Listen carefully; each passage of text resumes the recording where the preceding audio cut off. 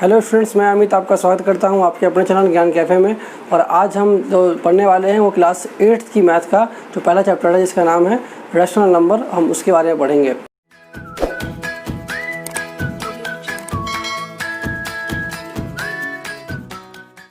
सबसे पहले हम जानते हैं कि रैशनल नंबर होता क्या है। तो इसे जानने से पहले हमें कुछ नंबर्स का एक बार रिवाइज कर लेते हैं। इससे पहले हमने पढ़ा था हमारी पिछली क्लासेस के अंदर कि जो नेचुरल नंबर क्या होता है। तो नेचुरल नंबर वो होता है जिसकी जो शुरुआत होती है वो 1 से होती है। 1 से लेकर आगे जहाँ तक कंटिन्यू होता है वो होता है आपका नेचुरल नंबर। फिर आपने पढ़ा था होल नंबर्स। होल नंबर्स के अंदर क्या होता था कि जिसकी संख्याओं का एक ऐसा समूह था जिसकी जो शुरुआत होती थी वो 0 से होती थी। 0 1 2 3 मतलब नेचुरल नंबर में 0 ऐड हो जाता था तो उसके अंदर हम उसको होल नंबर से बोलते थे, यानी पूर्ण संख्याएं बोलते थे। उसके बाद हमने पढ़ा था इंटीजर यानी पूर्णांक, जो जिसमें नेगेटिव नंबर्स भी थे और पॉजिटिव नंबर्स भी थे, यानी माइनस वाले नंबर्स भी थे और पॉजिटिव यानी प्लस वाले नंबर्स भी थे। अब आज का जो हमारा चैप्टर है वो है रैशनल नंबर। तो रैशनल नंबर क्या होता है, तो कोई सी भी ऐसी संख्या जिसको हम P/Q की फॉर्म में लिख सकते हो। P/Q की फॉर्म का मतलब ये हो गया कि जिसको आप कह सकते हो कि फ्रैक्शन में लिख सकते हैं। जैसे 5/3 हो गया, 3/2 हो गया, what ever the number is. कोई सा भी नंबर जिसको आप इस फॉर्म में लिख सकते हैं उसको हम बोलते हैं रैशनल नंबर। अब क्या ये 6 रैशनल नंबर है? तो ये 6 भी एक रैशनल नंबर होता है। क्यों? क्योंकि अगर इसके डिनोमिनेटर में अगर हम 1 लगा दें तो इसकी वैल्यू में कोई प्रभाव नहीं पड़ता, क्योंकि अगर हम 6 को 1 से डिवाइड करेंगे तो उसका आंसर 6 ही आता है। तो कोई जो सिंपल है 7 8 9 इवन 0 ये सभी होते हैं हमारे रैशनल नंबर्स। यानी आप कह सकते हैं कि जो हमारे इंटीजर्स, हमारे नेचुरल नंबर और हमारे होल नंबर्स ये सभी रैशनल नंबर हो सकते हैं। इसके लिए एक कंडीशन और है कि P/Q हो, लेकिन Q is not equal to 0। तो Q का मान यानी जो हमारा डिनोमिनेटर है वो कभी 0 नहीं हो सकता, क्योंकि अगर किसी नंबर के नीचे 0 आ जाएगा तो 0, तो इसका जब हम आंसर निकालेंगे तो ये एकदम इन्फिनिटी हो जाता है, मतलब इसका आंसर अनंत हो जाता है। तो इसलिए हम जो Q है वो बिल्कुल 0 नहीं हो सकता है। आज हम रैशनल नंबर से संबंधित जितने भी सवाल होते हैं, कॉन्सेप्ट्स होते हैं, पहले मैं कॉन्सेप्ट सिखाऊंगा और कॉन्सेप्ट वाली वीडियो बनाने के बाद हम एक्सरसाइज वाली वीडियो बनाएंगे। तो सबसे पहले हम कॉन्सेप्ट में कुछ प्रॉपर्टीज़ है उस प्रॉपर्टीज़ को जान लेते हैं जो आपके सॉल्यूशन के लिए बहुत इंपॉर्टेंट है। सबसे पहले हमारा है कॉम्यूटेटिव प्रॉपर्टी, यानी इसको हिंदी में बोलते क्रम विनिमयता। हम जानेंगे कि ये प्रॉपर्टी किस प्रकार से काम करती है, किस प्रकार से एप्लीकेबल होती है। और ये सारी प्रॉपर्टीज़ आपके लिए इसलिए इंपॉर्टेंट है क्योंकि ये आपके आने वाले सवालों के अंदर आपको ये आसान तरीका दिखाएगी। तो आइए जान लेते हैं क्या होता है। सपोज़ कि मैं कोई नंबर लेता हूँ A और कोई नंबर लेता हूँ B, A+B और फिर B+A, ये दोनों हमें चेक करना है कि इक्वल है कि नहीं है। एडिशन के तो सबसे पहले हम चेक कर रहे हैं इसको ऐड में। हम ये देखो 6, अगर मैं A की जगह 6 ले लेता हूँ और B की जगह 5 ले लेता हूँ, और यहाँ पर आपको पता है B हमने क्या लिया है 5 और A क्या लिया है 6, तो 6 + 5 क्या हो गया 11। यहाँ भी क्या हो जाएगा 11। इट मीन्स ये हुआ कि अगर कोई भी दो नंबर यदि वो प्लस में हो तो उसको हम आगे पीछे लिखें तो उसके आंसर से कोई फ़र्क नहीं पड़ता है। मतलब जो कम्यूटेटिव प्रॉपर्टी होती है वो ऐड पर एप्लीकेबल है। उसके बाद आपका सेकंड हम ले लेते हैं माइनस में, A - B = B - C। ये ऐसा होता है अगर हम A की वैल्यू को 6 ले रहे हैं, B की वैल्यू को 5 ले रहे हैं, तो A की वैल्यू 6 है -5 और B की वैल्यू क्या है यहाँ पर B5 - 6। यहाँ आंसर आएगा 1, लेकिन यहाँ जो आंसर आएगा वो 5 - 1 यानी 5 - 6 आएगा माइनस का 1, क्योंकि ये इक्वल नहीं है। मतलब कम्यूटेटिव प्रॉपर्टी जो होती है वो सब्ट्रैक्ट पर जो होती है वो एप्लीकेबल नहीं होती है। थर्ड हम इसको मल्टीप्लाई पर चेक करते हैं, मल्टीप्लिकेशन में चेक करते हैं। A × B = B × A। हमने A की वैल्यू मानी हुई है A 6, B 5, 5 × 6 30, और ये भी कितना आ गया 30। इट मीन्स ये हुआ कि जो ये मल्टीप्लिकेशन पर जो कम्यूटेटिव प्रॉपर्टी है वो एप्लीकेबल होती है। फिर चौथा हम ले लेते हैं डिवीज़न पे। A/B and B/A, 6/5। यहाँ पे हम नंबर चेंज कर लेते हैं ताकि थोड़ा आसानी हो जाए हमें समझने में। हम A की वैल्यू यहाँ पे लड़ कर लेते हैं, A की वैल्यू को 6 और B की वैल्यू कर लेते हैं 2। A की वैल्यू 6 हो गई /2, B की वैल्यू क्या हो गई 2/6। यहाँ पर जो आंसर आएगा 2/6 आएगा 3, यहाँ पर जो आंसर आएगा 1/3 आंसर आएगा। तो ये भी यहाँ पर क्या हुआ, इक्वल नहीं आता है। इसका मतलब ये हुआ कि जो कम्यूटेटिव प्रॉपर्टी के अंदर अगर डिवीज़न की बात करें तो डिवीज़न पर एप्लीकेबल नहीं होती है। हम सवालों में इसका जिक्र करेंगे तो आपको और अच्छा समझ में आएगा। फिलहाल हम अब अगली प्रॉपर्टी देख लेते हैं। अगली है हमारी एसोसिएटिव प्रॉपर्टी। इसमें क्या होता है कि ए प्लस तीन चीज़ें होती हैं कि हम तीनों को चेक करेंगे, मतलब तीन वालों पर चेक करेंगे, ए प्लस बी प्लस सी और ए प्लस बी प्लस सी। इसमें हम ये चेक करेंगे कि पहले किसी दो को प्लस करने पर या आखिरी में किसी दो को प्लस करने पर क्या वैल्यू सेम रहती है या फिर वैल्यू बदल जाती है। यहाँ पर हम अपनी मर्जी से कोई भी नंबर ले लेते हैं, ए और बी और सी के लिए। ऐसे मैंने ए के लिए ले लिया 6, बी के लिए ले लिया मैंने फिर से 3 ले लेता हूँ और सी के लिए 8 ले लेता हूँ। अब हम इसे चेक करेंगे, ए की वैल्यू 6 है प्लस बी की वैल्यू 3 है प्लस सी की वैल्यू है 8। यहाँ पर ए की वैल्यू 6 है और प्लस दोनों में सेम ही रहेगी, 6 प्लस 3 प्लस 8। अगर मैं किसी भी दो संख्या को पहले प्लस करूँ, यहाँ पर इन दोनों को पहले प्लस करते हैं और इन दोनों को बाद में प्लस कर लेते हैं, फिर देखते हैं क्या आंसर इसका चेंज आता है। तो 6 प्लस 3 9 होता है, 9 प्लस 8 आपका 17 है और यहाँ पर 6 8 प्लस 3 11 हो गया, यानी फिर से आंसर आ गया 17। इट मीन्स अगर एसोसिएटिव प्रॉपर्टी जो है वो एडिशन पर एप्लीकेबल है, क्योंकि वहाँ पर अगर हम किसी भी दो संख्या को पहले प्लस कर लें और बाद में फिर थर्ड संख्या को प्लस करें तो उससे जो उसके आंसर पर कोई प्रभाव नहीं पड़ता है। तो हम अपने आंसर की सहूलियत के लिए हम उसको आगे पीछे प्लस कर सकते हैं। क्या ये सब्ट्रैक्शन पर एप्लीकेबल होती है? चेक कर लेते हैं। a minus B minus C, A minus B minus C. अब देख लेते हैं यहाँ पर a की वैल्यू क्या है। तो a की वैल्यू 6 है, -3 -8, 6 -3 -8। हम ऐसा कर लेते हैं, पहले इन दोनों को ले लेते हैं, यहाँ पर पहले इन दोनों को ले लेंगे। यहाँ पर इसको लेंगे तो 6 में से 3 का कितना आएगा 3, -8 अगर करेंगे तो माइनस का 5 आएगा। यहाँ करेंगे क्या आ जाएगा 6 माइनस 3 माइनस का 5 यहाँ आ जाएगा, क्योंकि यहाँ 3 - 8 माइनस का 5 आएगा और पहले से माइनस यहाँ पर पड़ा हुआ है। तो आपका आ जाएगा यहाँ पर 6 + 5, यानी यहाँ पे आपका हो जाएगा 11। माइनस प्लस हो गया, तो यह -5 है और यहाँ प्लस का 11 है। मतलब जो है एसोसिएटिव प्रॉपर्टी है वो सब्ट्रैक्शन पर इसका कोई ये एप्लीकेबल नहीं होती है। अब आप चेक करोगे तो ये मल्टीप्लाई पर जो है वो एप्लीकेबल होगी, आप खुद भी चेक कर सकते हैं। मल्टीप्लाई पर ये एप्लीकेबल होती है और डिवीज़न पर ये जो है ये एप्लीकेबल नहीं होती है। तो ध्यान रखना है इस बात का हमें। अब हम फिर से बढ़ते हैं अगली प्रॉपर्टी के ऊपर। आप इसको और इसमें चेक करके आप देख सकते हैं। पहले अगला है हमारा डिस्ट्रीब्यूटिव प्रॉपर्टी, यानी इसको वितरता बोलते हैं हिंदी के। जैसे ये क्या होता है, जैसे अगर मान लो कोई संख्या a है और ये b + c है, तो हम जो बाहर वाली संख्या होती है एक बार उसको इससे मल्टीप्लाई करते हैं और एक बार इसको इससे मल्टीप्लाई करते हैं। यानी ये अगर हम बात करें तो ये a × b क्या हो जाएगा ab + ac। और इसी प्रकार से देखो ये माइनस के अंदर भी ऐसा हो सकता है, ऐसे a है और ये b - c है, तो ये क्या हो सकता है a × b क्या होगा ab - a × c क्या हो जाएगा ac। कहने वाली बात ये है कि अगर आपको जो सवाल दिखाई देंगे वो इस फॉर्म में होंगे, ऐसे वाले फॉर्म में होंगे, और आपको क्या करना पड़ेगा उसमें जो कॉमन है वो निकालना पड़ेगा। यानी ऐसा लिखा होगा और आपको दोनों में कॉमन क्या है a है, तो आप a को बाहर ले सकते हो और b + c को ऐसे एज इट इज लिख सकते हो। जैसे मैंने आपसे कोई क्वेश्चन ले लिया हमने 6 × 5 + 6 × 7, ठीक है। अब हम यहाँ पर a की वैल्यू जो है हमारी 6 है, b की वैल्यू जो है हमारे पास 5 है और c की वैल्यू जो है हमारे पास 7 है। अगर हम इसको सीधा सॉल्व करें तो कैसा आएगा 6 × 5 आपका आ जाता है 30 + 6 × 7 आपका आता है 42। इसको आप प्लस करोगे तो आएगा 72। अब इसको हम डिस्ट्रीब्यूटिव प्रॉपर्टी के अकॉर्डिंग सॉल्व करें तो देखिए कैसा होता है ये 6 × 5 + 6 × 7। दोनों में कॉमन क्या है, दोनों में 6 कॉमन है, 6 को आप बाहर निकाल लीजिए। बचा क्या यहाँ पर 5 और ये +7। अब 5 + 7 कितना हो गया 12 × 6 क्या होता है 72। तो सवाल को आसान करने के लिए मतलब हम इसका इस्तेमाल कर सकते हैं। यहाँ पर डिस्ट्रीब्यूटिव प्रॉपर्टी को अगर आप इसका इस्तेमाल कर रहे हैं तो आप इसको यहाँ पर साइड में मेंशन कर दीजिए, ये ज़रूरी होता है पेपरों के अंदर।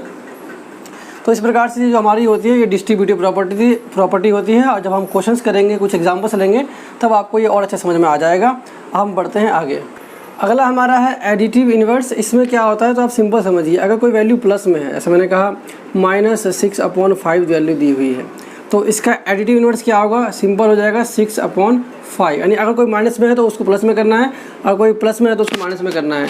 सिंपल वाली बात यह है कि हम अगर हमें कोई सवाल में ये दिया हुआ है, हमारा क्वेश्चन है, तो इसको हमें ज़ीरो बनाना है। ज़ीरो कैसे बनाएंगे? तो अगर मेरे पास 5 रुपये हैं, इसको एक सिंपल एग्जांपल ले लेते हैं कि मेरे पास प्लस के 5 रुपये हैं। अब वो 5 रुपये ज़ीरो कब बनेंगे? जब मैं उसको 5 रुपये खर्च कर दूँगा, यानी उसको -5 कर दूँगा तो ज़ीरो बन जाएगा। इसी प्रकार से माइनस का 6/5 है, और इसमें मैं 6/5 प्लस का जोड़ूंगा तो ये ऑटोमेटिक ज़ीरो बन जाएगा। तो आप सिंपली शब्द में समझ सकते हैं कि अगर आपसे सवाल में पूछा जा रहा है कि किसी नंबर का एडिटिव इनवर्स क्या है, तो आप उसका साइन बदल दीजिए बस। 8/5 है तो वो -8/5 हो जाता है। अगर वो 7/3 है तो वो आ जाएगा माइनस का 7/3। अगर माइनस का 7/3 है तो आपका हो जाता है वो प्लस का 7/3। और हमारा जो अगला आता है वो आपका आता है मल्टीप्लिकेटिव इनवर्स।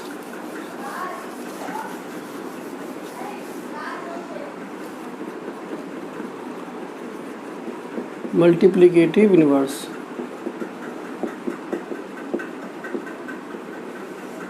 ऐसे कोई नंबर है 19/17, तो हमें इसको 1 करना है।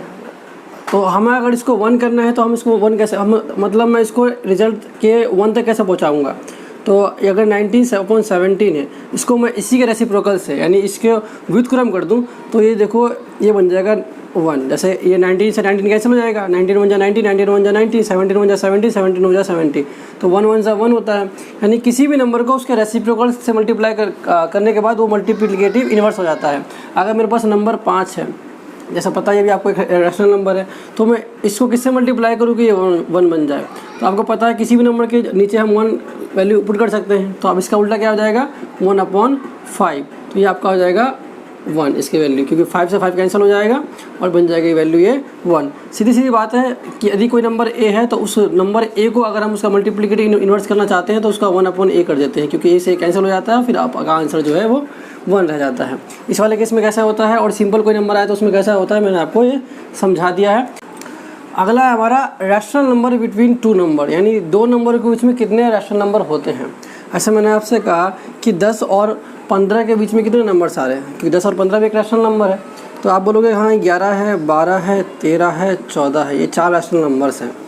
अगर मैंने कोई वैल्यू दे दी 5/7 और 6/5 के बीच रैशनल नंबर यानी परिमेय संख्या बताएं, नंबर बताएं। तो इसको कैसे करना है हम आज पहले ही देखते हैं। अगर ये 5/7 है और ये 6/5, पहले क्या करना है कि इसके दोनों को लाइक फ्रैक्शन में करना है, यानी दोनों के डिनोमिनेटर को सेम करना है। तो वो कैसे करेंगे? इसके डिनोमिनेटर से इसको मल्टीप्लाई कर दिए ऊपर नीचे 5 × 5, और इसके डिनोमिनेटर से इसको मल्टीप्लाई कर दीजिए ऊपर नीचे। ये आपका आएगा 5 × 5 आएगा 25, 7 × 5 आपका 35 हो जाएगा, ये आपका 42 और ये आपका फिर से अगेन 35 हो जाएगा। और ये आपको मिल गए नए नंबर्स 25/35 एंड 42/35, और इनके भी जितने रैशनल नंबर है आप उसको याद कर सकते हैं। जैसे 26/35 हो जाता है, 27/35, और 100 ऑन बढ़ते बढ़ते 41/35 तक आपके ये जो जितने भी रैशनल नंबर आपके बनते हैं वो इसके बीच में आ सकते हैं। इन द केस अगर आपसे ज़्यादा रैशनल नंबर पूछा जाए और आपके कम निकलने हैं तो आप इन 2 वैल्यू को बढ़ा सकते हैं। ये आपने निकाला लाइक फ्रैक्शन, मतलब ये अगर 25 × 35 है, अगर इसमें चाहो तो मैं ऊपर नीचे किसी भी नंबर का सेम मल्टीप्लाई कर दूंगा, इधर भी और इधर भी सेम नंबर का। अगर मैं इसको 2 से मल्टीप्लाई कर दूंगा तो ये वैल्यू फिर से बढ़ जाएगी, और यहाँ पर भी अगर 35 है, यहाँ पर भी 2 और 2 से मल्टीप्लाई कर दूंगा तो ये वैल्यू इंक्रीज़ हो जाएगी यहाँ पर, और यहाँ पर भी ये वैल्यू इंक्रीज़ हो जाएगी। तो इसके बीच में हम और भी ज़्यादा रैशनल नंबर निकाल सकते हैं। और इस बात का ध्यान रखिए कि 2 रैशनल नंबर के बीच में इन्फिनिटिव रैशनल नंबर होते हैं, मतलब हम जितने चाहे उतने रैशनल नंबर निकाल सकते हैं। तो ये कुछ बेसिक कॉन्सेप्ट थे जो आपको चैप्टर से पहले मालूम होने चाहिए थे। हम अभी इसके कुछ एग्जाम्पल्स भी करेंगे, और एग्जाम्पल्स करने के बाद आपको चैप्टर वाली एक्सरसाइज पर लेके जाएंगे। अभी जो हमारे पास एक एग्जाम्पल के रूप में एक सवाल है, इस सवाल को हम 2 तरीके से करेंगे। एक तो इसका बेसिक मेथड होगा जिसको हम यहाँ करेंगे, और एक जो हमने जो प्रॉपर्टी सीखी है उसका इस्तेमाल करके हम यहाँ करेंगे। पहले हम इसको बेसिक मेथड से करते हैं ताकि आपको आपकी प्रॉपर्टी का पता लगे कितनी वैल्यूबल होती है वो। अगर मैं इसको बेसिक मेथड से करूँ तो 4 × 5 × 3 × 7 है, और ये 15 इंटू 16 इंटू -14/9 है। अगर मैं इसको इससे मल्टीप्लाई करता हूँ तो हो जाता है 4×3 -12, 7×5 = 35। अगर मैं इसको यहाँ कर देता हूँ मल्टीप्लाई तो आपका कितना आता है 15 4 × 60 का 0, कैरी किया 1, सॉरी कैरी किया 6, 51 × 50 + 6 होता है 21, माइनस का आएगा ये, इंटू 16 9 कितना हो जाता है आपका 144। आप फिर इसको मल्टीप्लाई करना पड़ेगा, तो इसको इससे मल्टीप्लाई करेंगे तो आपका आंसर आएगा 12 × 0 12।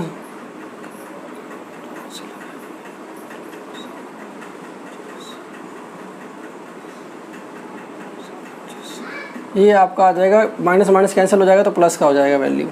इसको इससे मल्टीप्लाई करोगे तो काफ़ी लंबी कैलकुलेशन है, आप यहाँ पर देख ही सकते हो। हम इसको साइड में कर लेते हैं, 144 × 35।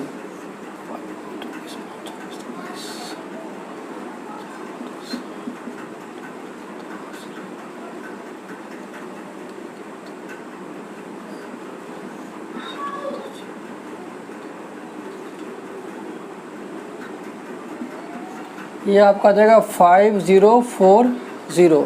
अगर हम इसको कैलकुलेट करेंगे, डिवाइड करेंगे, तो डिवाइड करने पे आपको दिख रहा है साफ साफ कि ये इसका डबल वैल्यू है। तो ये आ जाएगा आपका, डिवाइड करने 0 0 कैंसिल कर दोगे तो अगर 2 से इसको डिवाइड करते रहोगे तो डिवाइड करते करते आप यहाँ पहुँचोगे 1/2 तक। इसको अगर आप डिवाइड करोगे 252 और 501 को, 1/2 आपका आंसर आएगा यहाँ पर। और इसमें भी आपको काफ़ी कैलकुलेशन करनी पड़ेगी। ऐसे मैंने काफ़ी कैलकुलेशन थोड़ी सी बीच में रिमूव कर दी है, लेकिन अगर आप इस बेसिक मेथड से करते हो, बेसिक अप्रोच से करते हो, तो आपका काफ़ी ज़्यादा टाइम कंज्यूम हो जाएगा। उसके बाद कैलकुलेशन में कहीं अगर मिस्टेक हो गई तो हमारा आंसर भी जो है वो गलत आ सकता है। अब इसको हम हमने जो प्रॉपर्टी सीखी है उसके इस्तेमाल से करेंगे। इस सवाल को मैं दोबारा एक बार लिख लेता हूँ ताकि आपको अच्छे समझ में आ जाए। ये 15/16 इंटू -14/9 है। हम क्या करेंगे, हमने कॉम्यूटेटिव प्रॉपर्टी में सीखा था कि अगर कोई दो नंबर मल्टीप्लाई में होते हैं तो हम उनको आगे पीछे कर सकते हैं, उससे उसके आंसर पर कोई प्रभाव नहीं पड़ता है। तो आपका ये -4/5 है, इसको हम ले सकते हैं। इसके साथ को हम देखते हैं कहाँ पर ये सेवचेट इसमें आवाज़ आती है।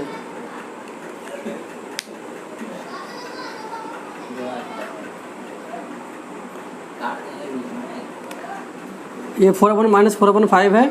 अब हम इसको यहाँ पर ले आए, इस वाली टर्म को अगर हम पहले इसको इधर कर देते हैं, इसको इधर ले आते हैं, तो ये आपका हो जाएगा 15/16।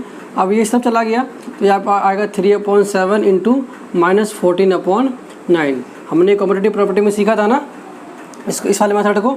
अगर यहाँ पर मैं दो का ग्रुपिंग कर दूँ, इसको ऐसे कर दूँ, इसको ऐसे कर दूँ, ग्रुपिंग कर दूँ इसकी। अब तब देखते हैं, देखो ये 4 है और 16 है, ये डिवाइड हो सकता है, यानी इसको हम काट सकते हैं। तो 4 1 = 4, 4 4 = 16, 5 1 = 5, 5 3 = 50। तो आपका देखो कितना वैल्यू आता है, -1 × 3 क्या हो गया, -3, और ये 4 × 1 क्या हो जाएगा 4। कोई भी दो नंबर अगर मल्टीप्लाई में ऐसे होते हैं, अगर कोई नंबर आपका मान लो कि ऐसे होता है, तो आप क्या कर सकते हो कि ऊपर नीचे या क्रॉस डिवाइड कर सकते हो। जैसे 5 का 6 से डिवाइड नहीं हो रहा है तो 5 का 15 से हो रहा है, 5 1 = 5, 5 3 = 15, 6 1 = 6, 6 5 = 30। तो इस प्रकार से आप डिवाइड कर सकते हो। ये खाली समझाने के लिए था, इससे सवाल से कोई लेना देना नहीं है। हम इसकी बात कर लेते हैं। देखो 3 1 = 3, 3 3 = 9, 7 1 = 7, 7 2 = 14। तो क्या हो जाएगा, यहाँ माइनस की वैल्यू है तो यहाँ हो जाएगा इंटू -2 इंटू 3 1 = 3।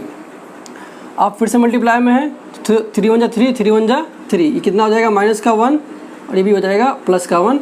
और माइनस देखो, अगर -1 इंटू -2 करेंगे तो क्या आ जाएगा, 2 1 = 2, और माइनस क्या हो जाएगा, कैंसिल हो जाएगा। तो ऊपर क्या आ जाएगा आपका वैल्यू 2, और 4 1 = कितना हो गया 4, तो 2 1 = 2, 2 2 = 4, 1/2 इसकी वैल्यू आ जाएगी। अगर आप एकदम ध्यान से प्रॉपर्टी का इस्तेमाल करोगे तो आप कैलकुलेशन से क्या है कि आप बच सकते हो।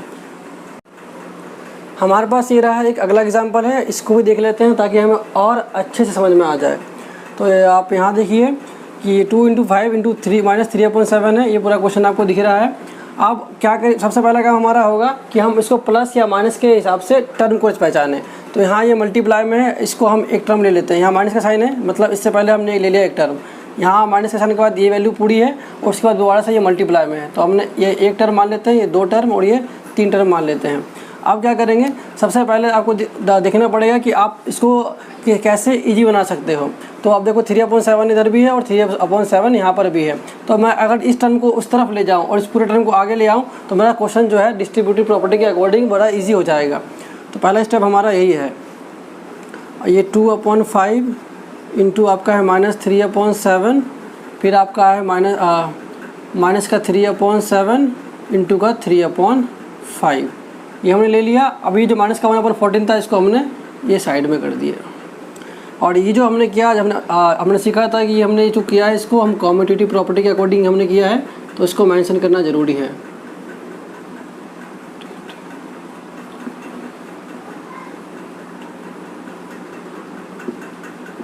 Using commutative property. अब हमने डिस्ट्रीब्यूटिव प्रॉपर्टी में क्या सीखा था कि अगर दो टर्म इस प्रकार से होती है, यानी ए इंटू बी माइनस ए इंटू सी होती है, तो हम ए को कॉमन ले सकते हैं। इसके अंदर देखिए -3/7 है वो दोनों में कॉमन है, तो इसको क्या कर सकते हैं, हम कॉमन ले सकते हैं -3/7 का। यहाँ भी -3/7 है और यहाँ भी -3/7 है, तो इसको क्या कीजिए आप, अरे कॉमन ले लीजिए। -3/7 है, यहाँ क्या बचेगा आपका 2/5, और फिर आपका बचेगा यहाँ पर, क्योंकि माइनस की वैल्यू बाहर आ गई तो 3/5 बच जाएगा। और यहाँ जो माइनस का 1/14 है उसको साथ में लेके चलिए, -3/7, और ये जो आपने कॉमन लिया है वो मल्टीप्लाई होगा 5 + 5 कितना हो गया, सॉरी ये आप इसको अगर करोगे इसको सॉल्व तो आप आएगा नीचे 5 एलसीएम के अकॉर्डिंग, और 2 + 3 आ जाएगा आपका फिर से -1/14। -3/7 इंटू 5/5 आपका फिर आ जाएगा, उसके बाद -1/14। अब 3 × 5 = -15 अपॉन आएगा 7 इंटू 5 का आपको कितना हो जाता है 35 -1/14। आप इसको एलसीएम के अकॉर्डिंग हम सॉल्व कर सकते हैं। इसका एलसीएम आप लेंगे तो आपका एलसीएम जो है ले लेके देख लेते हैं, 35 और 14 का 7 × 5 = 7 × 2 = आप जो ये आपका आ जाएगा 70। आपको 35 के टेबल में 70 2 टाइम्स पे आता है तो -30 हो जाएगा, और ये 14 के टेबल में आता है आपका 5 टाइम पे तो आ जाएगा -5। तो यह माइनस प्लस हो गया, -35/70 डिवाइड करेंगे आएगा -1/2, ये इसका आंसर हो जाएगा। होप कि आपको समझ में आया होगा। अब हम जो है अगले वीडियो में हम एक्सरसाइज के माध्यम से इसको समझेंगे।